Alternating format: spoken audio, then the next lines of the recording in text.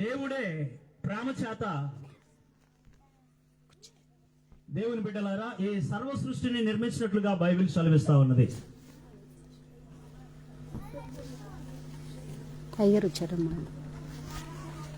ఆదామును సృష్టింపక ముందే, మొదటి మానవుణ్ణి దేవుడు కలుగజేయక ముందే, రేపు నుంచి దైవ సేవకులు దయచేసి స్టేజ్ మీకు రావాలి. మనం చేస్తున్నాం. ఆదామును కలుగ చేయకముందే, నిర్మాణం చేయకముందే దేవుడు ఈ లోకంలో ఆదాముకు ఏది అవసరమో దానిని నిర్మించినట్లుగా మనకు బైబిల్ సెలవిస్తా ఉన్నది. ఆదికాండం 1వ అధ్యాయం అంతా కూడా. దేవుని ప్రియులారా,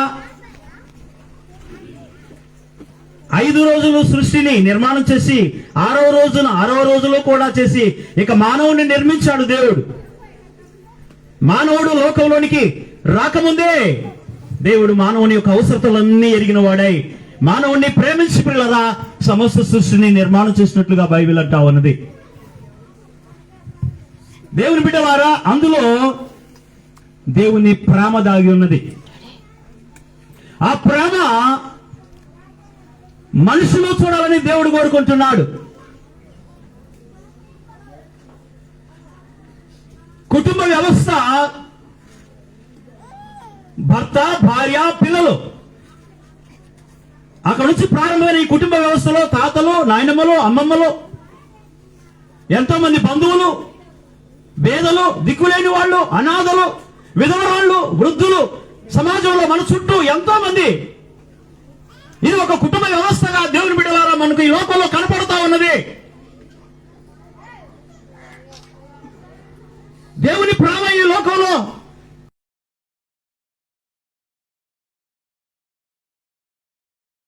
కానీ బైబిల్ అంటున్న మాట ఏంటంటే అక్రమము విస్తరించడం వలన ఏమైపోయింది?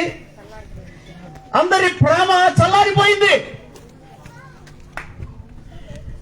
దేవుని ప్రేమ నీ కొరకు దేవుని బిడ్డలారా ఎంతో చేయగలిగినది ఆ ప్రేమ. కనుక ప్రేమ మనుషులో చల్లారిపోవడం వల్ల, ఆ ప్రేమ కుటుంబ వ్యవస్థలో నుంచి దూరం కావడం వల్ల ఏమైపోయిందనంటే అక్రమం పెరిగింది, అన్యాయం పెరిగింది, దౌర్జన్యం పెరిగింది, పాపం పెరిగింది, మోసం పెరిగింది, స్వార్థం పెరిగింది. అందుకే ఈనాడు కుటుంబ వ్యవస్థలో దేవుని పిల్లరా తండ్రి అంటే ప్రేమ లేదు, తల్లి అంటే ప్రేమ లేదు, బిడ్డలంటే ప్రేమ లేదు, బంధువులంటే ప్రేమ లేదు. ఏం కావాలి వారికి? డబ్బు కావాలి, తిండి కావాలి, సుఖం కావాలి, మొబైల్స్ కావాలి, సీరియల్ కావాలి, సినిమాలు కావాలి, శరీరానికి మంచి డెకరేషన్ కావాలి కదా. అవన్నీ ఉంటే తండ్రి అక్కర్లా, తల్లి అక్కర్లా, పిల్లలు అక్కర్లేదు. ఎంత దారుణంగా ఈనాడు పరిస్థితి ఉన్నది. కనుక దేవుని బిడ్డలారా, మన కుటుంబ వ్యవస్థలో దేవుడు కోరుకునేది ఏంటంటే దేవుని ప్రేమ కావాలని దేవుడు కోరుకుంటున్నాడు. నేను ఒక పాట రాశాను.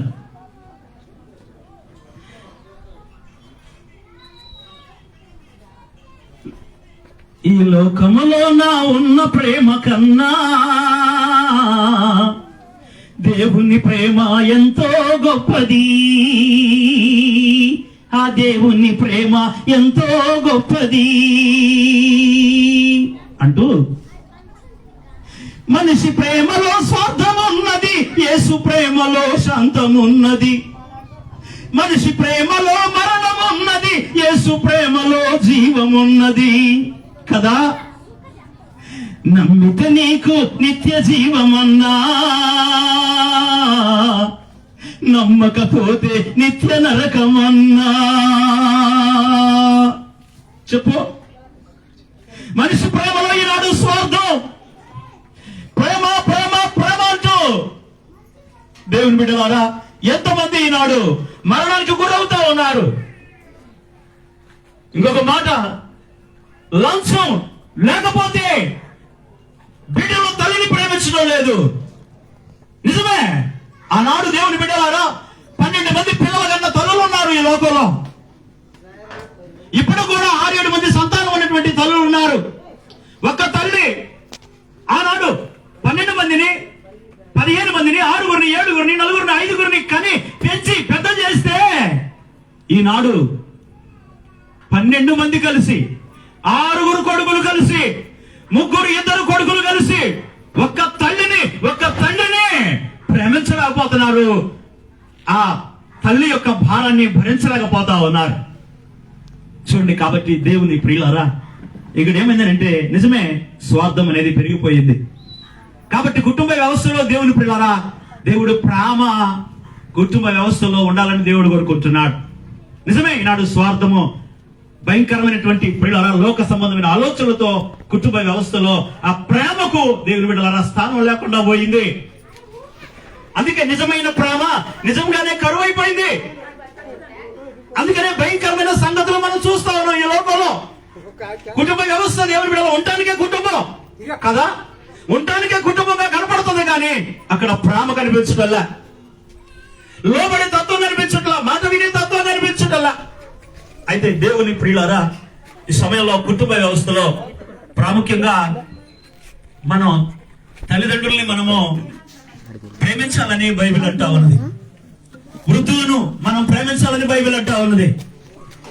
మన చుట్టూ ఉన్న విధవరాలను లేదా అనాథలను వాళ్ళను మనం దగ్గరికి తీసుకోవాలని దేవుడు చేస్తున్నటువంటి బోధ. కనుక దేవుని ప్రియులారా దయచేసి గమనించండి. ఈ క్రమంలో కుటుంబ వ్యవస్థలో మనకు ప్రాముఖ్యంగా, నేను ఒక ప్రాంతంలో ఒక వృద్ధురాలు చూసినప్పుడు నాకు చాలా బాధ కలిగింది కదా. వాళ్ళకు సరి అయినటువంటి భోజనం, వస్త్రాలు లేని వాళ్ళు ఉన్నారు. ఈ రోజున కొడుకులు బిడ్డలు మంచిగా చూసుకునే వాళ్ళు ఉన్నారు, కానీ కొద్దిమంది మాత్రం చాలా దీన స్థితిలో ఉండేటువంటి వాళ్ళు ఉన్నారు. అలాగే దేవుని బిడ్డలారా, కానీ దేవుడు చెప్తున్న మాట ఏంటంటే, చాలా మంది వాక్యాలు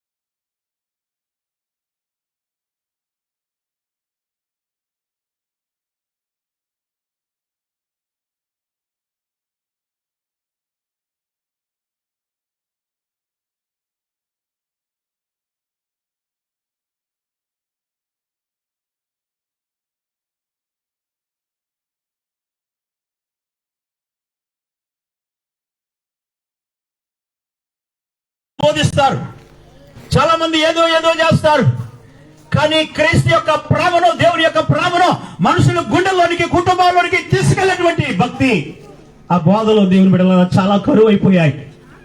సరే, ఏదేమైనప్పుడు 2009లో ప్రారంభించినటువంటి దేవుని బిడ్డల ఈ యొక్క చిన్న సహాయ కార్యక్రమం నేను ఏదో పెద్దగా అని చెప్పుకోవట్లేదు, నా వల్ల కాదు. Why? Because when God called me, just I lost all my opportunities whatever I have in this world. నాకున్నటువంటి దేవుడు నన్ను పిలుచుకున్నప్పుడు నాకున్న అవకాశాలన్నింటినీ విడిచిపెట్టాను. ఎందుకంటే సేవకులు పాత నిబంధన, క్రొత్త నిబంధన కాలాలలో వారు కూడా దేవుని బిడ్డలారా, దేవుడు పిలవగానే సమస్తాన్ని విడిచిపెట్టి దేవుని వెంబడించారు. సరే, ఏదేమైనప్పటికీ దేవుని బిడ్డలారా, బైబిల్లో ఒక మాట మనం చూడగలుగుతాం. లేవికాండం 19వ అధ్యాయం 31వ వచనం భాగంలో చెప్పండి. తల నెరసిన వాని ఎదుట లేచి ముసలివాని ముఖమును గనపరిచి నీ దేవునికి భయపడవలెను. Is it not the word to related to all our Christians? ఈ వాక్యము క్రైస్తవులకందరికీ సంబంధించినది కాదా? ఏ వాక్యాలు మనం చదవాలి? దశమ భాగము నువ్వు ఇవ్వాలి, పండగలు నువ్వు చేయాలి, దేవుని కొరకై నువ్వు ఏదో చేయాలి, బట్ ఇది మాత్రం చేయొద్దు. ఇదే కదా నీ కుటుంబానికి కారణం. ఈనాడు నా సమాజంలో నిలబడ్డానంటే, నీ ముందు ఉన్నానంటే, నా తల్లి యొక్క శరీరం, నా తండ్రి యొక్క శరీరం, నా తల్లి యొక్క తండ్రి యొక్క రక్తమే కదా నన్ను ఇక్కడ నిలబెట్టింది. నా దేవుడే కదా దీనికి కారణం. కన్న తల్లిదండ్రులని విడిచిపెట్టేటువంటి మూర్ఖులముగా వాళ్ళను మనం వాళ్ళు చీదరించుకునే వాళ్ళంగా, వాళ్ళు పట్టించుకునే వాళ్ళముగా ఉండి క్రైస్తవులమని చెప్పుకునేటువంటి పరిస్థితుల్లో ఉన్నామంటే ఎంత సిగ్గుచేటు. దేవుని బిడ్డలారా, జాగ్రత్త గమనించండి. తల నెరిసిన వాని ఎదుట నువ్వు లేచి ముసలి వాని ముఖమును ఘనపరిచి నీ దేవునికి భయపడాలనంటే, ఇంకో తిమోతి పత్రికలో ఒక మాట అంటాడు. తిమోతి పత్రిక 5వ అధ్యాయం 1 తిమోతి 5:1 అంటాడు, వృద్ధుని గద్దింపక తండ్రిగా భావించాలంట. చెప్పండి, వృద్ధాప్యంలోకి వచ్చినాక వారు పిల్లరా సంపాదించుకునే వాళ్ళు కాదు. తినాలని ఉంటుంది కానీ సంపాదించుకునే పరిస్థితి లేదు. దేవుని బిడ్డలారు గమనించండి. కాబట్టి వారు ఆ యొక్క వృద్ధాప్యంలో ఉన్నప్పుడు వారు పాసు పోయడం కూడా కష్టమైంది, బయటికి పోవడం కష్టమైంది కదా, చాలా ఇబ్బందికరమైన పరిస్థితుల్లో ఉంటారు. కాబట్టి దేవుడు ఏం చేస్తున్నాడంటే, ఈ లోకమేమో పిల్లల స్వార్థపూరితంగా ఉన్నప్పుడు ఈ లోకం అక్రమంగా అక్రమం విస్తరించిన వాళ్ళందరి ప్రేమ చల్లారిపోయింది అంటున్నాడు. కాబట్టి పిల్లల చల్లారిపోయినటువంటి మనిషికి దేవుడి ప్రేమ అవసరం. కాబట్టి ఆ దేవుని ప్రేమ చేత మాత్రమే దేవుని బిడ్డలారా ఆ వృద్ధుల దగ్గరికి, విధవరాల దగ్గరికి, పిల్లల అనాథుల దగ్గరికి, దిగులేనటువంటి పేదల దగ్గరికి వెళ్ళడానికి అవకాశం ఉన్నది. కాబట్టి దేవుని ప్రేమ మనకు అవసరం, దేవుని వాక్యం మనకు అవసరము, దేవుని ప్రియులారా. కాబట్టి దయచేసి గమనించండి దేవుని బిడ్డలారా. ఆ క్రమంలో మరి మనము ఆ వృద్ధులను ప్రియులారా గద్దించేటువంటి వాళ్ళముగా కాదు, కానీ వారిని ప్రియులారా చెప్పండి ఏం చేయాలా? తండ్రిగా భావించాలంట. చెప్పండి, అందరినీ. మీ తాతను మాత్రమే, మీ తండ్రిని మాత్రమే ప్రేమించి గౌరవించే వాళ్ళగా ఉండకూడదు. దేవుని బిడ్డలారా గమనించండి. ఈ మధ్యలో నేను ఒక వార్త విన్నాను. కొడుకు విదేశాల్లో ఉంటాడంట, సంవత్సరానికి 50 లక్షలు టర్న్ ఓవర్ అంట. ఈ దేశంలో ఆ తల్లి చచ్చిపోయి 20 రోజులు అయిందంట, తండ్రి చనిపోయి 30 రోజులు అయిందంట. కుళ్ళిపోయి వాసన వస్తా ఉంటే బయట వాళ్ళకి అది అర్థమైపోయి చివరికి పోలీస్ డిపార్ట్మెంట్ వాళ్ళు వీళ్ళు వచ్చి ఆ ఆయన ముక్కులకు మాస్కులు వేసుకుని ఆ శవాలను బయటికి తీశారంట.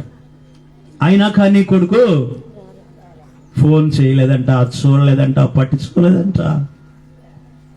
ఇంత భయంకరంగా ఈ సమాజం ఉన్నప్పుడు ఎందుకు మనము దేవుని ప్రేమ కలిగిన మాటల దగ్గరికి ఎందుకు పోకూడదు? దేవుడు చెప్పిన ఆ ప్రేమ మాటలే మన గుండెల్లోకి ఎందుకు తెచ్చుకోకూడదు? మనం ఎందుకంటే ప్రజల దగ్గరికి, మన తాతలు ముత్తాతలు తల్లిదండ్రుల దగ్గరికి ఎందుకు వెళ్ళకూడదు అని నేను అంటా ఉన్నాను. నేనాడు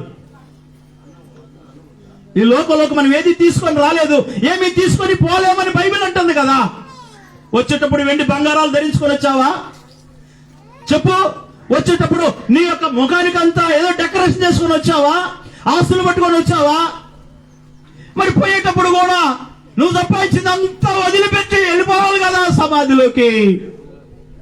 ఈ వాస్తవం తెలిసిన మనుషులు, ఈ నిజం తెలిసిన మనుషులు, దేవుని బిడ్డలారా, నిజంగా సేవకులు లేదా సంఘ క్రైస్తవ సమాజము కూడా ఈనాడు దేవుని బిడ్డలారా ఆ వాస్తవాన్ని ఎరిగి కూడా దాన్ని పట్టించుకోకుండా ఈనాడు తమ ఇష్టానుసారమైన జీవితాలు జీవిస్తూ దేవుని వాక్యాన్ని, దేవుని బిడ్డలారా, దేవుని పిల్లలారా ఏడ్పించే వాళ్ళుగా మన కళ్ళ ముందు కనపడతా ఉంటారు.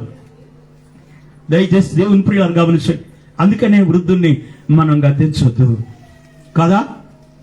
చెప్పండి, వాళ్ళు తినడానికి ఎంత ఆశపడతా ఉంటారు. ప్రియులరా, వస్త్రాలు ప్రియులరా ఈనాడు కప్పుకోవడానికి నిజంగానే వస్త్రాల గండ్రగుడ్లు కప్పుకునే వాళ్ళు ఉన్నారు. నువ్వు వేసే కొద్ది కూర 2 ముక్కలు ప్రియులరా వాళ్ళు తిని నోరు సప్పరించుకుంటారు, ఇంకా కాస్త దొరికితే బాగు అని.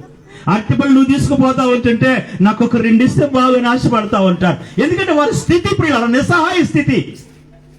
కనుక దయచేసి దేవుని బిడ్డలారా ఆ దేవుని ప్రేమ ఈ సమాజంలోకి, మన కుటుంబాల్లోకి తీసుకురావాలనేటువంటి ఉద్దేశంతో